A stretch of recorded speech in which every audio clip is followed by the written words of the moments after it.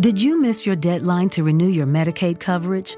You can still send your completed annual review form to Healthy Connections Medicaid.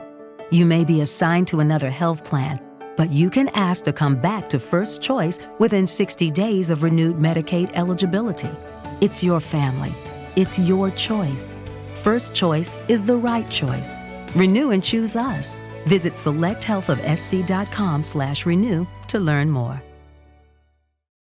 Are you struggling to conceive? You have options, and at Piedmont Reproductive Endocrinology Group, we'll make sure you have the guidance and support you need. PREG is known for individualized fertility care that's unique to every patient. We take the time to provide a reassuring and empowering experience because we believe that you deserve nothing less. Let us help you on your journey to parenthood. Visit us at pregonline.com to learn more. Get the guidance and support you need at Piedmont Reproductive Endocrinology Group.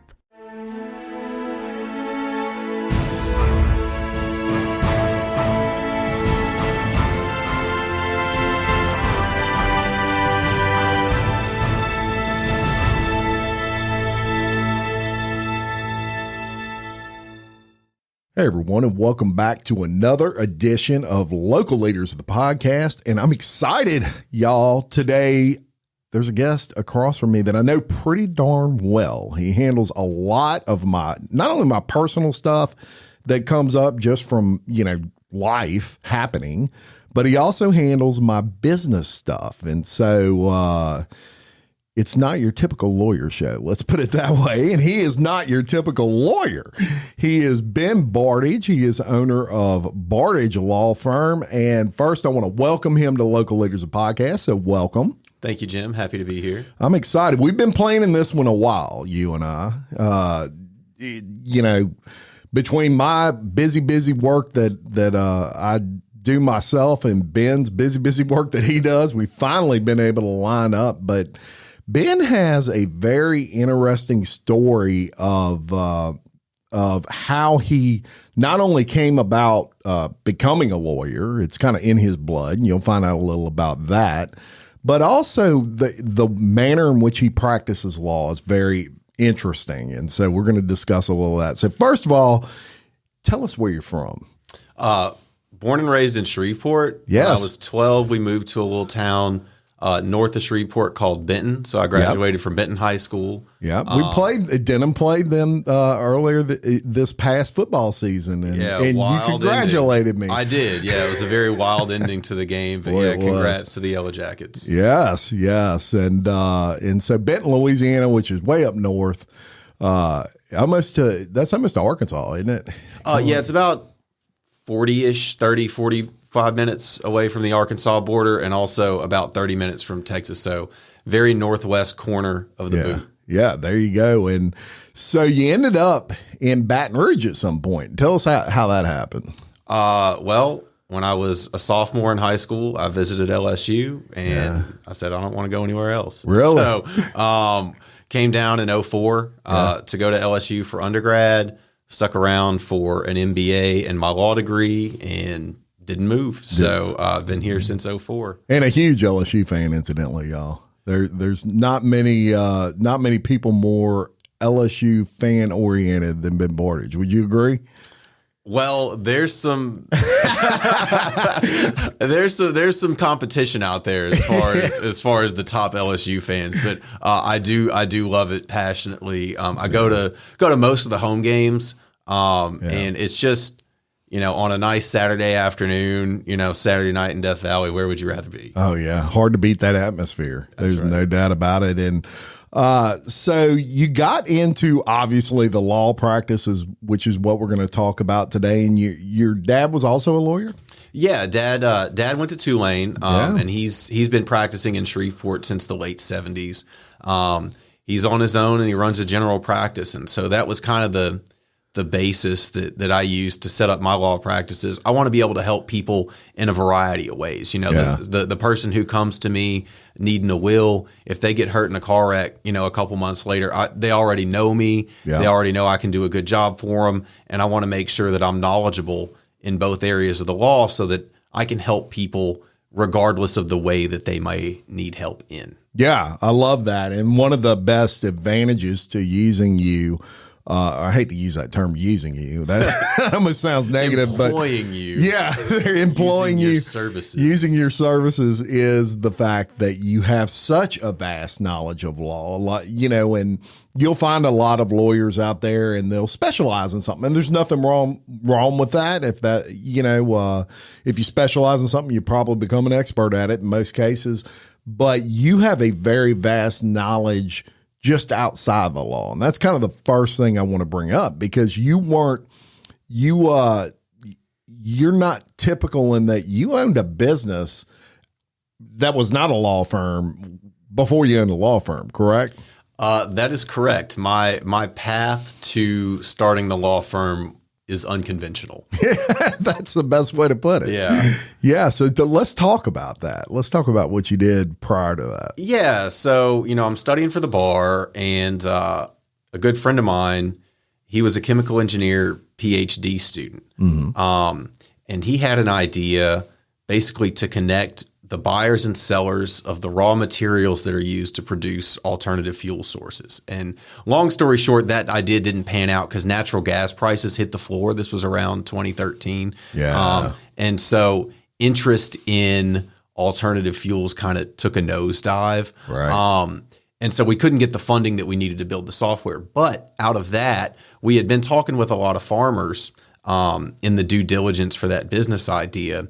And the farmers were like, well, heck, why don't you just sell my food crops? So the business was called IndiePlate, okay? Yep. And it was basically the farmer's market delivered. And we had a lot of local vendors that we worked with and sold, like French Settlement Roasters that you had on here a couple weeks ago. They would be an example of a type of vendor that we would sell. So local mom and pops, and you could order it from the website and get it delivered. And we ran that business from summer of 2013 until February of 2018 when it sold to Waiter. Wow. Very interesting. And I started my law practice in 2014 in the middle of that because I realized that I could start the law practice. The law practice was initially my side hustle that I could start it. How often do you hear that? I could start it for $400. I could start it for $400 and no recurring monthly costs. And so I'm like, well, it'd be stupid not to, set up an LLC, get the equipment that I need to fax, print, scan stuff from home. Yeah. And then IndiePlate had its own conference room, and I just set up another business address there, got the mail sent there. We were leasing space at Celtic Studios because it was very centrally located in town. And my first case ever was for $400. So I broke even on my first case. Wow. And, Lord's works in mysterious ways like that. Really? So yeah, that's how I started the law practice. As you mentioned, my dad's an attorney, so that was a huge help at first. Yeah. People would call me, and at first, I needed his advice and guidance on how to best help my clients.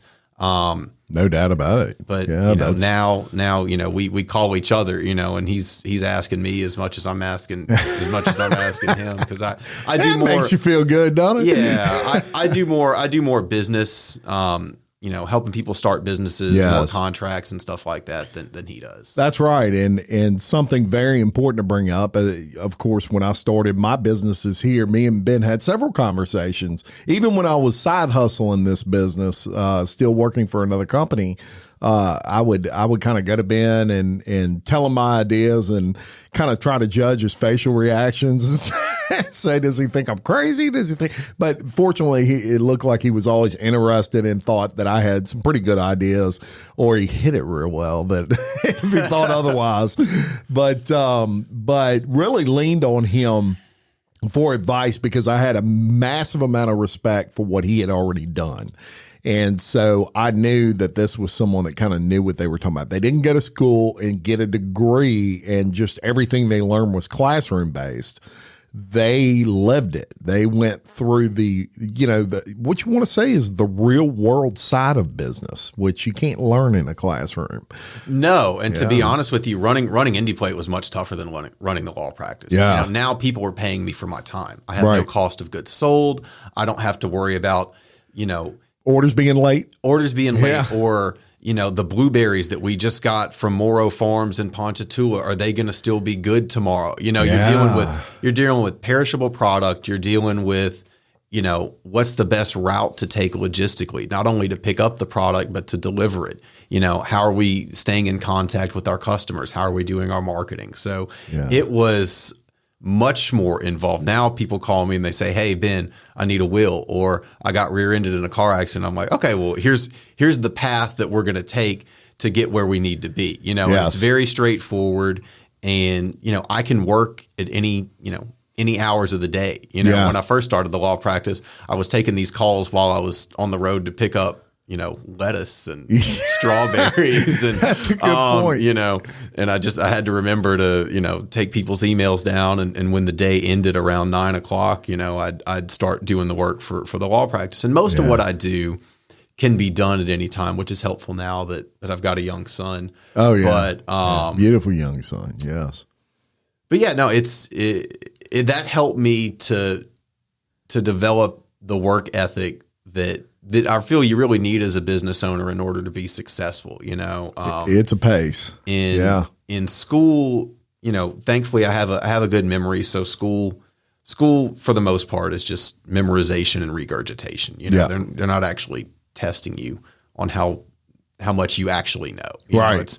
I remember that. And it works out. Right. But owning Indie Plate really showed me what I was capable of as far as perseverance, because it was really tough, and I was working 70 to 80 hour weeks at the time. Man, you just hit the nail on the head too. It really is. It's perseverance is probably the best way to describe what you need more than anything else in any business. Because it's hard. It's not easy. It's when you're in business, people that are on the outside of that look at it and they think, "Oh, this is great. He can take vacation whenever he wants. He can do all these things." And it's make a ton of money. You're not sharing it with anybody. You need to pay $30 an hour minimum wage. Yeah. It doesn't work. I can't afford it. That's right. And when you start, the amount of hours that you put in, if you divide that times what you're making, usually you're making like less than minimum wage. Because you're working 24 hours a day almost building a business. Oh, yeah. I mean, at first it's a money losing endeavor, right? It's your 100%. Own personal money that you're putting in. Like for you, I'm sure you had to buy this podcast equipment. Yes. You had to buy the lights and the camera and the microphones, and that's before you ever did a podcast, have a guest on the show, right. And huge upfront investment. Until you experience it and go through it, there's no way to really understand it. And I feel like that, for our son, we're planning on homeschooling, and I'm gonna have him start a little business so that he can understand. There's nothing more valuable in terms of education in my experience, because there's so many people who want to knock on business owners, or think that they have the standing to tell business owners how they need to run their business, but they've never done it, and they have no idea how tough it is. That's right. They have no idea. And you mentioned, even with your son, have him start a little business when he's younger and kind of learn. Number one, you learn the value of a dollar, but you also learn how to talk to people and conduct business. And I'll tell you a quick little story. When I was 9, a friend of mine, Jeff, which I hadn't seen Jeff since we were probably 14. So shout out, Jeff, if you're listening somewhere. But me and a guy named Jeff started a lawn mowing business. And I actually still have the flyer, which is now, it looks like an old pirate map. It's all tattered and yellow. And, from that time we hand wrote it. But, we cut your grass for like $5. Yeah. And I'm like, man, I could get all kinds of business now with that. But shout out Servicare, who doesn't charge $5. Yes. Hey, Billy. Yeah, but very fair at Servicare. But I'll tell you, I still have that, and I put it in a frame a while back because that was my first exposure to business, and that was at 9 years old. And just the value that I learned from doing that, even though we only had like 3 yards, and it was older ladies that, just was throwing us a bone, really.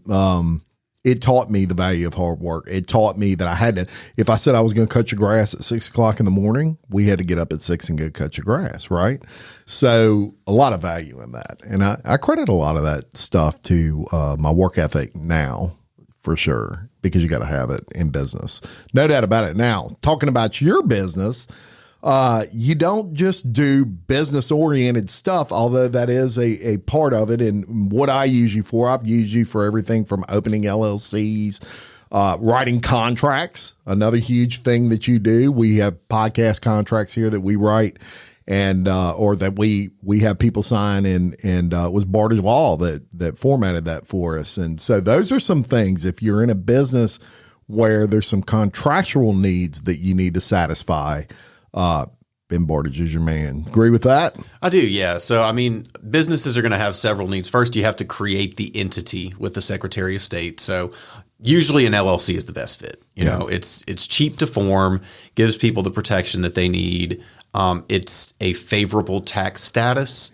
And that's what I do the most of. But you know, if someone needs a C corporation or a registered partnership, you know, I'm capable of forming all of those entities. Usually it's best to just do an LLC. In my experience, you know, that's usually the best fit for the clients. If there's more than one owner, then, you know, it's going to make sense to have an operating agreement. Yeah. So that's the agreement that governs, you know, the relationship between the business owners. What if somebody wants out? What if somebody, you know, isn't holding up their end of the bargain? You know, who's going to be responsible for signing off on tax returns? Does everybody have check writing authority? So those are things that you want to put in writing. You know, handshake deals are great, but circumstances can change. You know, they can, even if it's your best friend. Yeah. You know, what if best friend, you know, has some health issues, you know, and just isn't able to keep going? You know, you want to agree in writing on, okay, well, what's the payout going to be, you know, or how are we going to structure this? And then you also want to plan in your will. So what if it's a family business, but you have multiple kids, and what if one kid isn't interested in running the business, but the other is? Okay, well, there's value associated with the business. So how do you make up for that? You know? And so it's important from a legacy planning perspective. What if you want your employees to run it, but they can't afford to buy it? You know, how do you address these situations? And it's unique for every business owner, but it's something that should be addressed. You know, 100%. How is the business going to be managed if you're incapacitated? You know, you might not want somebody to have the authority to run your business on a day-to-day basis, but in the event that you're unable to do it, it's good to have a backup document in place. And that's called, I do it through a limited power of attorney that springs into effect, you know, upon XYZ conditions, you know. Wow, that's a very good point to bring up. I don't know if I have one of those, but a very good point to bring up. And I'll tell you, Ben, I tell people all the time, you know, when they sign things with me, I say, this isn't a trust issue. This isn't I'm trying to trap you in some kind of agreement. This is I want to make sure there is no miscommunication here, even with my best friend. So if my best friend and I decide we're going to split things 50-50, if it's in writing and we go over it and we sign it, then we know it's there. And there's never a case where, wait a minute, we were going to do this 60-40, or I thought you said this and you said that. It's all in writing. It's just it's really a method of not having an issue with miscommunication, because I used to see that all the time in my old world that I worked in. Yeah, look, I mean, if people mean what they say, they shouldn't have a problem reducing it to writing. Right. You know, they shouldn't. It's a protection for both parties. Exactly. That's the way I look at that. So if you're listening right now and you're considering opening a business, or maybe you have a business and you're in a partnership, but you don't have an operating agreement, and you're like, Ben's right, I need to probably look into getting that. This is your guy, I'm telling you. And we're going to give you some information at the end of the podcast, how you can contact him. And he'll give you all the information you need. One interesting thing that I want to bring up is when you call, you know, if he doesn't answer, he actually calls you back. That's the first key. The second key is he actually calls you back. It's not a firm where there's 600 lawyers underneath one lawyer that you see on TV, and you're never going to have that guy represent you. It's really the people underneath him. You hire Ben Bardage, you get Ben Bardage, right? That's right. Yeah. So, you know, my number 225-364-9182 is a direct number. So you call me, You get me. Yeah. If I don't answer, I will call you back. And that is a work cell. So I'm able to text. I know a lot of people like to text in this day and age. So, Yeah. Also comes in very handy for accident cases, for instance, where people are taking pictures of the scene of the accident and they don't necessarily know how to email the pictures that they're taking, but they can just text them to me. Yeah. You know? And so, yeah, I mean, the main complaints that people voice about lawyers are, I can't get him or her on the phone. And boy, I had no idea it was going to cost that much, you know? Yeah. So I try to charge flat fees, because I don't want people to be scared to call me saying, oh, I can't call Ben because he's going to bill me, you know, for this 5 minutes. And it phone happens, call. Ben. I have friends who have dealt with some attorneys where they have questions, but they don't want to call because every time they call, they get billed. Yeah. So not good. I want to be there for the big stuff, right? Yeah. You know, if you need me, I'm going to be there for you, and I am going to get paid. You know, Yeah. if you need a contract, if you need an operating agreement, if you need a will, I will get paid. But if you have a quick question about something, I want to be there. I want to be your lawyer, you Yeah. know? And so just call me. You're not going to get a surprise bill in the mail. And I think you can attest. Yes, I can attest to that. And I'll tell you, he was Johnny on the spot and is Johnny on the spot anytime I've needed him. Very knowledgeable. And let's talk about something. So we've talked about the business side of what you do and how you can help someone if they're opening a business or they already have one. Maybe they're looking to enter a partnership, or maybe they already have one, but they don't have all the paperwork they really need. Ben can help with all that, but there's some other things he does. And I want to get into the, unfortunate accidents that people get in, obviously on the road. When you talk to an attorney just in general, and let's say it's a criminal matter, the attorney will always say, we'll never talk to the police. Always wait for your lawyer. And they're right. Yeah. And whether you did it or not, because what's going to happen is you may say something that you don't realize may incriminate you, and a lawyer would know that. So there's probably similar advice, or is there any advice you would give someone that gets in a car accident relative to talking to an insurance company? What should you talk to the other insured or no? Yeah, usually no. Yeah. What you'll want to do is you'll want to take a lot of pictures, right after the accident. Take a lot of pictures of the scene of the accident, the roadway, your car, the other person's car. And then just keep good records. So the police will give a reference number for what the accident report's going to be. And then at that point, in my opinion, it's going to be best to just call an attorney because we know what to do. Right. And it's better to navigate, help the client navigate the situation than them trying to do it on their own. Yeah. I had one of my favorite accident stories ever is a friend of mine was injured in an 18-wheeler wreck.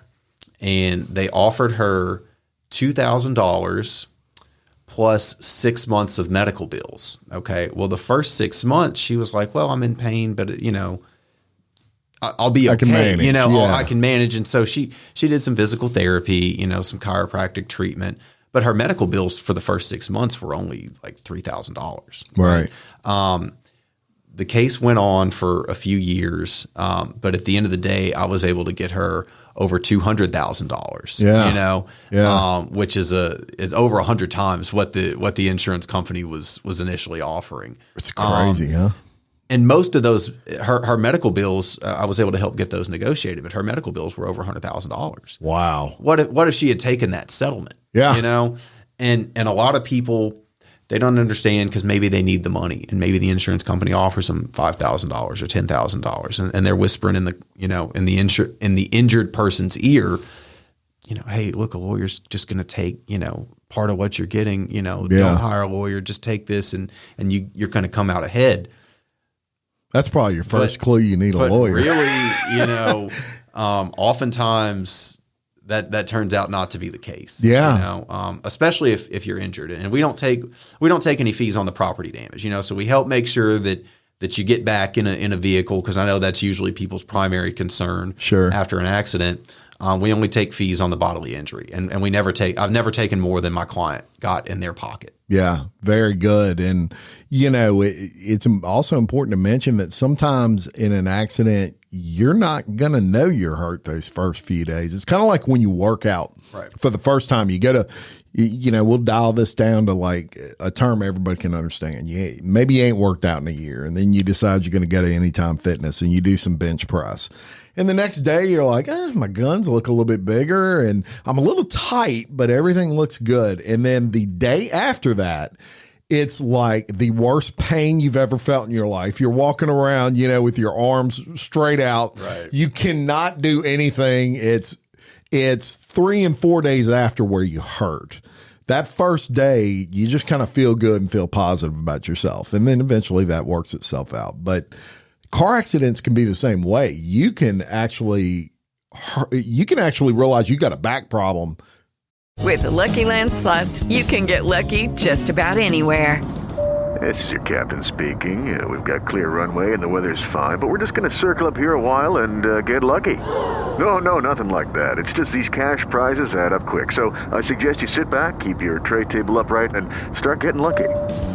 Play for free at LuckyLandSlots.com. Are you feeling lucky? No purchase necessary. Void where prohibited by law. 18+ terms and conditions apply. See website for details. It is Ryan here, and I have a question for you. What do you do when you win? Like, are you a fist pumper, a woohooer, a hand clapper, a high fiver? I kind of like the high five, but if you want to hone in on those winning moves, check out Chumba Casino. At ChumbaCasino.com, choose from hundreds of social casino-style games for your chance to redeem serious cash prizes. There are new game releases weekly, plus free daily bonuses, so don't wait. Start having the most fun ever at ChumbaCasino.com. No purchase necessary. VGW Group. Void where prohibited by law. See terms and conditions. 18+. Weeks, maybe months later? Well, yeah, I mean, it's going to depend on there's a variety of ways that people get injured in auto accidents. And sometimes they do get worse over time, but it's important to obtain medical treatment as soon as possible after the accident so that you can establish in the medical records, because the insurance company just isn't going to take your word for it. Right. You can't go to the doctor 8 months later and say, oh, this is back pain that I've been dealing with the whole time since the accident, because they're going to say, oh, well, no, they tripped and fell at their house. If they were really hurt, they would have gotten medical treatment right after the accident. And a lot of, especially the guys, the guys are like, oh man, I can tough it out. You know? And I believe you. I believe that you're capable of tolerating the pain. But here's the thing: is that your life has been impacted due to the fault of someone else. This is not, your own fault. This is not you hurting yourself while you're working on your car or something like that. This is something that has a chance to impact your ability to play with your kids. That has that's a good point. It can impact your ability to earn a living. And you want to make sure that the insurance company who insures the person responsible pays you fair value for your claim. I'm not trying to take grandma's savings. Right. I'm not trying to take her life savings. I'm just trying to make sure that the insurance that she pays for compensates my clients fairly. Or regardless of who's at fault. I'm generally not trying to take assets away from that person. I'm just trying to make their insurance company pay fair value, which they don't want to do. No. And you have to make them do it, unfortunately, more often than not. Sadly. And, a lot of those insurance companies they'll ask you the famous question, which is, are you hurt? And, I mean, I'm no attorney, but I'm smart enough to know not to answer that question. I mean, I just tell them, unless I'm clearly hurt, even if I'm not sure if I'm hurt, I'm talking to Ben first. I'm just like, I don't know. I just got in the wreck. My adrenaline's kind of up right now. I'll get back to you on that. Maybe I'm a little tight. I don't know. I mean, but I'm not a doctor. How do I know if I'm hurt? Right. Yeah. And I'm not a doctor either. Right. Yeah. So my advice to anyone who's in an accident would be, go get checked out. Tell the doctors exactly what you're feeling. I'm not capable of diagnosing anyone as an attorney, but if you have a concern, that you may be hurt or you're feeling pain or discomfort, then absolutely, you need to go get medical treatment. You need to tell the doctors what you've been experiencing since the accident, so that you can establish it clearly in the medical records, and preserve that and present that to the insurance company. 100%. So if you are, save this number. that he just gave you. And look, we're going to put all his contact information and everything in the description of this video, but put it in your glove box. And I'm telling you, he's a phenomenal lawyer when it comes to personal injury, as much as he is all the other things that he does. So put that in your glove box after we're done. Now we're going to talk about something else that you do. Little unpleasant subject, but something we have to talk about. And I'm sure something that the majority of people don't understand, and that is successions.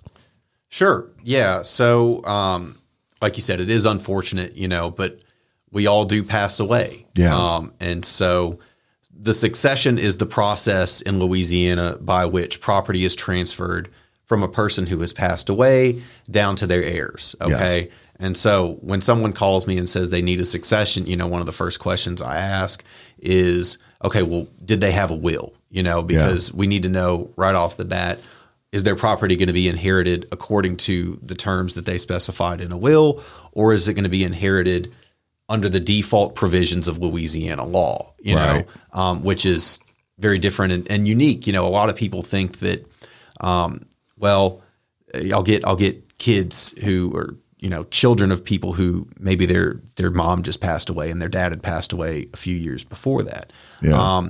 And they think, oh, well, dad died first, so mom just gets everything. It doesn't work like that in Louisiana.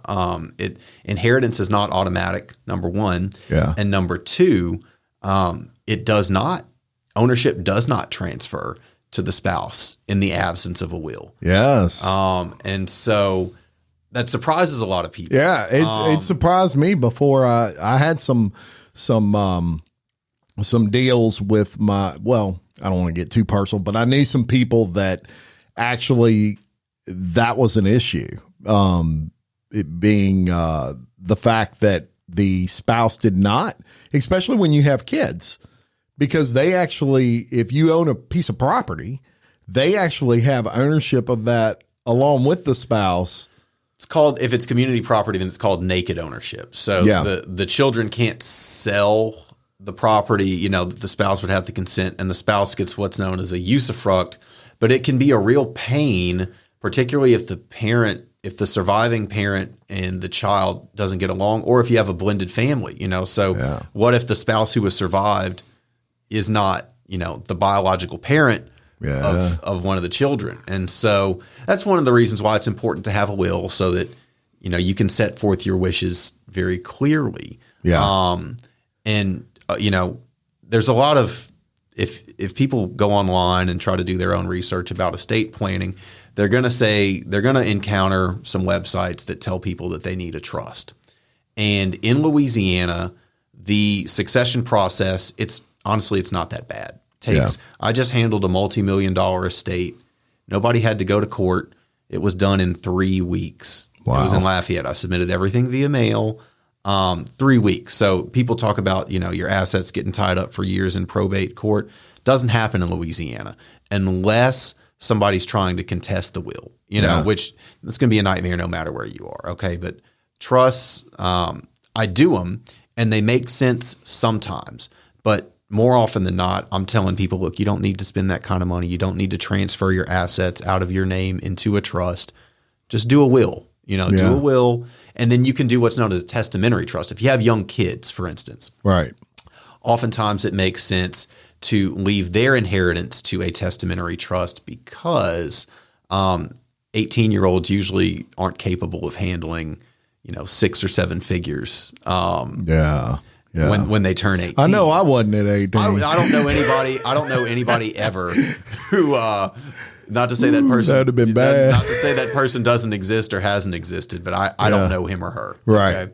Right. And so a testamentary trust, controls how, when, and why kids get their inheritance. Okay. Yeah. So you can say, here's how I want the money to be spent. We're going to give them X amount per year for college tuition. And instead of giving the child the check, we're just going to cut the tuition check directly to the institution. We're going to pay the rent on the child's behalf. And then when they turn 25 or 30 are the most common ages, but then we'll give them the entirety of their inheritance, because they're more mature at that point.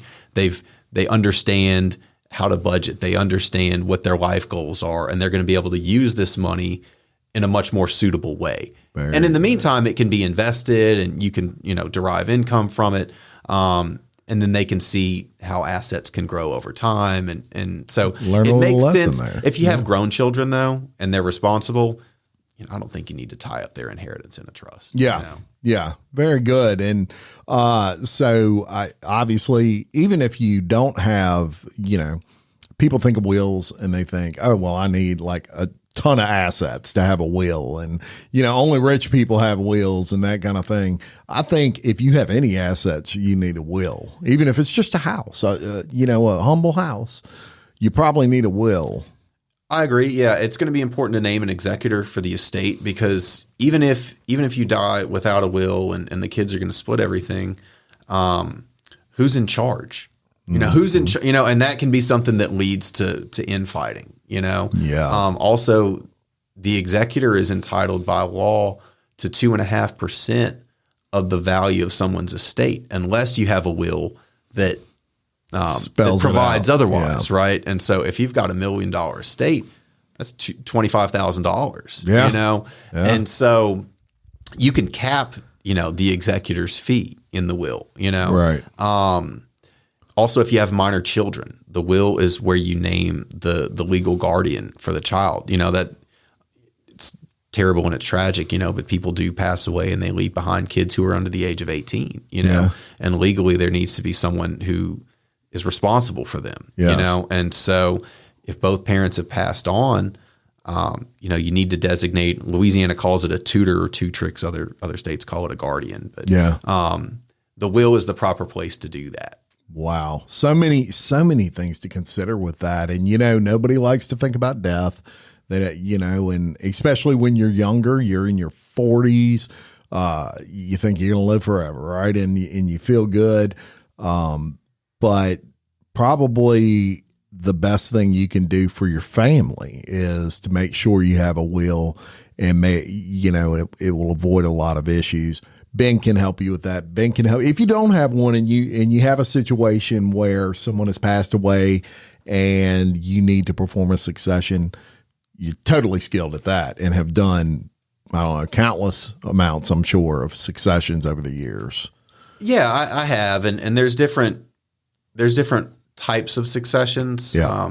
Testate, it means someone died with a will. Intestate means they died without a will. Yeah. If somebody dies with a very small estate, Louisiana defines a small succession as one with less than $125,000 in assets. Okay. Yeah. So if someone dies with a small estate, you can actually do what's known as a small succession affidavit. Mm-hmm. And that can transfer the property down to the heirs without the need for a judge to sign off on anything. So those are less expensive. And it's good that the law, allows that to happen without the heirs, needing to spend more to go through the court system. Gotcha. But to answer your question, yes, I've done a lot of them, but every one is different. Yeah. And it's always fact specific. Very good. Very good. So look into that if you see a need there. He can help you with all that. And now we're going to talk about one of my favorite subjects. Not really, but the IRS, our buddies at the Internal Revenue Service, and I just got no love for those guys. And Ben can help with people with some IRS issues, right? I can, yeah. I've been able to save my clients millions of dollars in tax liability. I am not a tax advisor or a tax attorney. I don't advise people on how to file their tax returns or tell them what deductions they can take. But if they messed up and they didn't file tax returns for a while, or filed them but weren't able to pay the tax owed, I can help them negotiate the balance. And the IRS communicates with me instead of my client. So, I take the headache of dealing with the IRS out of my client's hands. And basically I'm just acting as a mediator and a negotiator on my client's behalf and helping them get the best deal that they can. Yeah. So I had a friend at one point and he went, I'll never forget this. In my old world, I was a paint salesman. He was a painter that bought from us, and I'm not going to name him here, but he told me he came in the store one day and he said, man, I went to get gas and used my debit card and it wouldn't take. I don't know what's going on. And it was just a passing thing. And then a few days later, I talked to him and he said, you wouldn't believe what happened. I said, what? He said, the IRS locked up all my accounts. I said, what? And I was surprised they could do that without going to court. The IRS and the Louisiana Department of Revenue, which if you owe taxes, the Louisiana Department of Revenue is worse. So prioritize the Department of Revenue because they're like a loan shark. They'll break your thumbs and then kick you while you're down. They're terrible. But they can both freeze your bank accounts without no due process. Yeah. Wow. Yeah. Well, I don't know what to say about that I can put on air, so I'm just going to keep my mouth shut. But I will say that there's a lot of I'm sure nightmare stories that people have dealing with sometimes people just get in a situation where they cannot pay their tax. Maybe they get scared and they think, well, it's better to just like ignore it. And then they get to a point they get so far behind with these penalties and interest and all these things. And not only can Ben help you kind of navigate that, but he can even negotiate a lower than what was owed tax, right? The term tax, they're not necessarily going to negotiate the tax portion, but you can negotiate the penalties and interest. Yeah. And you can also, in certain instances, file what's known as an offer in compromise, okay? Mm-hmm. Which is basically, that's acknowledging, look, I owe this much, but I can only afford to pay this much. So when you see the commercials on TV saying, I owed $1 million, but I only paid the IRS $5,000. Yeah. Okay. Wow. That's an offer in compromise. Okay. Yeah. But let me tell you about the person who got that deal. Their life sucks. Okay. Yeah. They have no assets. They have no income because the only way that a deal like that would ever get accepted is if they have no real estate, if their income is incredibly low. They have nothing to take. Yeah, exactly. Exactly. They have nothing to take. Yeah. So all of that being said, the big thing to take out of that is Ben will communicate with them and you won't have to. And he kind of knows the law, obviously, and we as layman people don't. And they can't intimidate you. They'll be dealing with Ben, and Ben's not intimidatable. At least to my knowledge, I never seen him intimidated. So, would you agree with that? Yeah. So, not by the IRS anyway. Right. So definitely he can help you in that respect as well. Now let me ask you this question. All the things that you do and the wide array of things, and one thing we do want to mention. We may have some people here saying, "Oh, he seems like a great divorce attorney," and Ben, I don't think you want to kind of play in that field too much. Is that something you? Yeah. So, I mean, nothing against attorneys that handle that, but basically, I'm a Christian. I believe in the Bible, and the Bible's pretty clear that God doesn't like divorce. But that doesn't mean that you don't have a legal right to obtain one. Sure. But I don't want to be involved in facilitating the breakup of families. Yeah. I don't want to help facilitate that. Right. And so, there are people that I will refer to, I get calls, at least once a week saying I need a divorce or I have a custody issue. And, there's an attorney that I refer out, her. Yeah. And she does a great job, and I have nothing against anybody who's seeking those services. It's just not something that I want to provide personally. Absolutely. So if you had that question, there you go. And he'll still be glad to talk to you and refer you to someone that specializes in that. And I would imagine in that world, that's what you're going to want is someone that's all they do. And so they know the ins and outs of that process. Yeah. I mean, if you're handling those types of cases, then you're going to have a lot of volume most likely. And those clients are always, going to be calling because you're dealing with, people trying to take your stuff and also trying to take your kids. And so it's very, very bitter. And not for me. Not for you. Look, I can respect that. And you mentioned your faith, very strong in your faith. Would you say you were a faith-based guy that kind of leads you in everything you do? Yeah, I think so. So for my injury clients, I pray for their healing. Like I don't want them to be hurt. I really don't. Yeah. I wish that it wouldn't have happened, but if it did happen, I feel like I can do a good job for you. But and then for my clients who are dealing with grief, in the succession process, but I am a faith-based person, and I try to help my clients navigate through the situation in a way that honors God and honors Jesus. And, that's what's most important to me at the end of the day. We're all human beings trying to make a living, but life is fragile, it's finite, and I do believe in life after death. Yeah, absolutely. Amen. And I met you through a networking group called BNI. You're an active member. I've been in BNI forever and a day.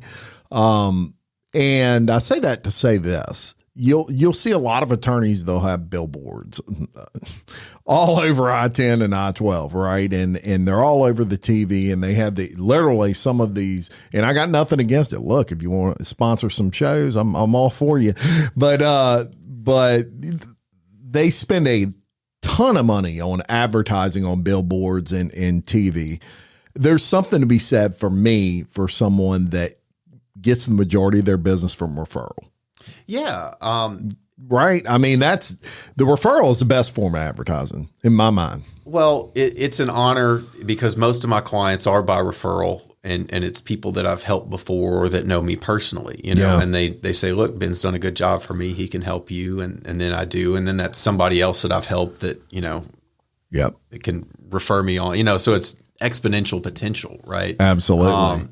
And it is an honor, and that is the way I choose to run my business. But nothing against the billboard. No, heck no. I know people that work for them. Yeah, and high integrity. They get a lot of flack. So I just, without people knowing them, knowing who they are, or knowing what the insurance companies try to do to people. The fact of the matter is, if the insurance companies treated people fairly, there wouldn't be a need for the billboard lawyers, right? Right. But the fact of the matter is, they don't want to treat people fairly, and that's why there's a need. That's why there's a need for their services. That's right, and I agree 100%. And obviously, nothing against those guys. I put a lot of value into referral, and so my point with all that is when people continue to refer you and their friends and on down the line, like you just said, that speaks volumes about how you've handled them. And so you've obviously been able to make good living, doing what you do as you should. And so I find it amazing and a big feather in your cap that you've been able to do that without having to have the biggest billboard in Baton Rouge, right? I mean, you've been able to do that because this person referred you to this person and it built. And so I'm leading up to this, and that is BNI, which you've been a member of a long time. How valuable has that been for your business? So the tagline for BNI is givers gain. And I'm very thankful I've been able to give and receive that's over $300,000 in business since December of 2015. So really, starting in 2016. Yeah. So it's been really, really helpful, to me, but I've met a lot of people. I think that, based on the way that I get business, that it's important that I meet and know as many people as possible so that then they can refer me and I can refer them, but there's been people that you've had on your show, who, are members, and that's how you know them. That's how you know me. And, it's been a good thing. That's right. Very good. So any business owner out there that may be listening, the value of networking is an invaluable source that I wish I would have learned at a younger period in my career. Cause sometimes it makes it a little less hard when you have other people fighting for you and speaking up for you and how you handle your business, whatever it may be. It just makes it a simpler process when I was a young buck out there selling paint. It was work. And look, I earned my stripes, but I wish I would have figured out the value of networking back then. So that's y'all's lesson for today on networking right there. Go check it out if you don't know much about it. Ben, let me ask you this. There's people that are hearing this right now and they're like, how do I get in touch with this guy? I need a succession. I need a will. I just got in a wreck, whatever it is. One more thing we want to talk about though, before we get to that, tickets. People get tickets sometimes. Can you help them with tickets? Yeah. So if you get say you get a speeding ticket, right? Yep. If you just call the number and pay the ticket, you are pleading guilty to the charge of speeding. Okay? Yeah. And what happens is that gets reported to your insurance company, and you're going to end up paying at least $1,000 more in insurance premiums over the next few years. Right? Yeah. In addition to the cost of the ticket. In addition to the cost of the ticket, that's right. And so I do. Yeah, it's not. I don't make a ton of money on it, but if you get a traffic ticket, I can help you keep it off your driving record as long as you're not out there, getting 5 speeding tickets a year. Then it becomes more difficult to help you. You ain't learning your lesson over exactly. time. You get one every once in a while. Yeah, give me a call. I can help keep it off your driving record. There you go. So yet another service that they offer at Bardage Law. Now tell people how they can get in touch. Yeah. So 225-364-9182. That's my direct number. You call me, you get me. If I don't answer, I'll call you back. And then my email is just Ben, B-E-N, at bardagelaw.com. BARTAGELAW.com. Perfect. You had fun today, man? I had a great time. I thought this was a pretty good podcast. I think so. I may need to talk to Ben and do his own podcast one day. Call it the Law Review with Ben or something. I don't know. We'd come up with something snappy, but we appreciate you coming on. Thank you, Jim. You've always done really good work for me. Again, all those services we just mentioned, if you're in need of any of those, I really, really recommend and stand behind Ben Bardage and Bardage Law to help you with those things. So we'll link everything you need in the description of this video or audio, whichever you're listening to, and you can get more information. So thank you again, sir, for coming by. Thank you, Jim. Until next time, I'm Jim Chapman, reminding you to love your community, support local business, just like Bardage Law, and keep leading. Thank you very much.